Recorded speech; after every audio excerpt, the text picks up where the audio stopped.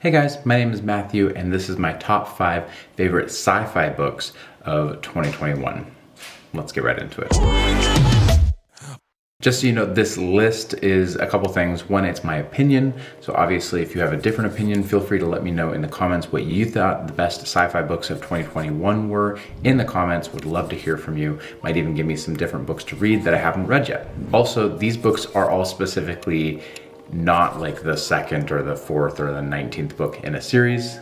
Some of them do come from series, but they're always the very first book in the series. So you can jump right in reading any of these books. You don't have to read a bunch of books to get to them. Without further ado, let's jump right into the books.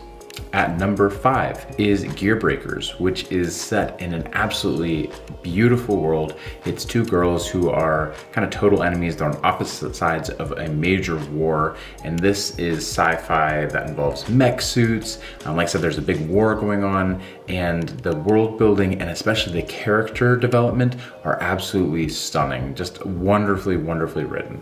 Now, I do want to give you the warning that the plot, for me anyway, wasn't the driving force behind this book. So if you live for plot, if you live for the story elements of a book, this one's probably not gonna do it for you. This is all about kind of the sci-fi elements, like I said, the mech suits, and there's like this whole bit about like destroying and dismantling mech suits. They're almost like gods in this book.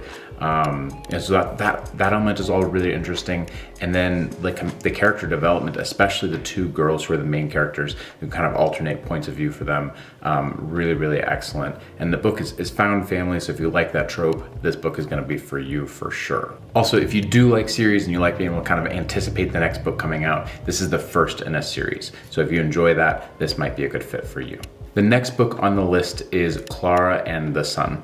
And this book is, I'll just give you a warning, it's a bit of an investment. Clara and the Sun is robots and clones, and it's set in a dystopian society. It does a really good job, I think, of drawing out these like ethical dilemmas that have to do with kind of, you know, a future we may be dealing with maybe sooner than we think, but not necessarily giving us all the answers for those ethical dilemmas. And I think that was really powerful. It's really, really well done as far as all that goes. But like I mentioned, it's a bit of an investment. For me, it was pretty slow for, I don't know, probably the first 100 pages or so. Trying to get into it was a little bit slow, but once I did, the payoff was worth it. It made it to the top 5 of the year. So I think this is a great book if you can get through the investment. If you're someone who like, you know, you've got to get right into the action, it has to be there right away, this book's probably not a good fit for you. But if you actually kind of like the slow start a little bit that builds up and suddenly you go, oh, all that slow build was necessary and it was worth it, this book will be for you. Really, really enjoyed Clara and the Sun. One note is if you're used to some of his other work and you're expecting like the same type of book, this is different enough that if you love him, you may not like this as much as some of his other stuff, but if you didn't love him, you give this one a chance. Book number 3 on the list is The Last Watch, and it is one of those books that's like a page turner, and you're like, man, I need a break from this. Like, there's too much going on. It's too exciting. You put it down for a second, and you're like, no, I need to pick it back up and do it again because it's just really exciting. It just goes and goes. This is really, really well done. So The Last Watch is like this group of like outlaws. They're on the edge of space and they're meant to be protecting everyone from the edge of space, and then, well, it starts to crumble. They actually are needed, and it's really exciting the way that this book kind of goes.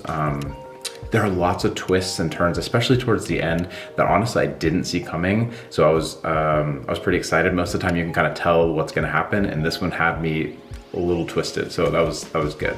And though this book is like a space book, definitely sci-fi here, different races and, you know, space and all those different things, it's more so kind of a people book, which I think it was great. So really good action, great twists, really, really well written. I enjoyed this book so much, which makes me even more excited to tell you about the next 2 books on the list, which got even higher on the list somehow. Okay, the next book on the list is called Rabbits, and it is a futuristic computer gaming Matrix type book. If you like some of those elements, this is gonna be perfect for you. It is really, really beautiful. It's like rich, and it's also disjointed. It's like, on purpose though, intentionally kind of disjointed. So it was an odd read, but the more I read it, the more I was like, this is amazing. I really, really enjoyed it. It reminded me in some ways of Ready Player One.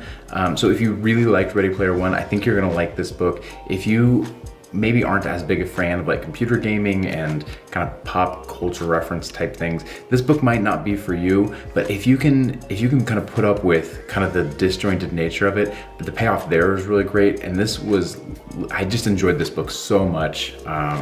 Hard not to recommend it. If you even can kind of put up with the computer gaming thing, I think you'll really like this book because I just thought it was amazing. Before I drop the last book on this list, I just want to point out all these books are in the description below. It really helps out our channel. If you use those links to go buy them, it doesn't cost you any extra, but like I said, it helps us a lot. And number one on the list is Project Hail Mary. Look, I know it's number one on like everybody's list, and I don't want to just copy everyone.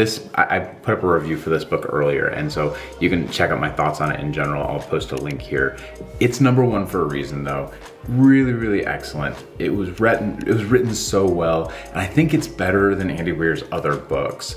Here's the thing about Project Hail Mary. If you love your science fiction with a lot of science, and yes, I do, then this is the book for you.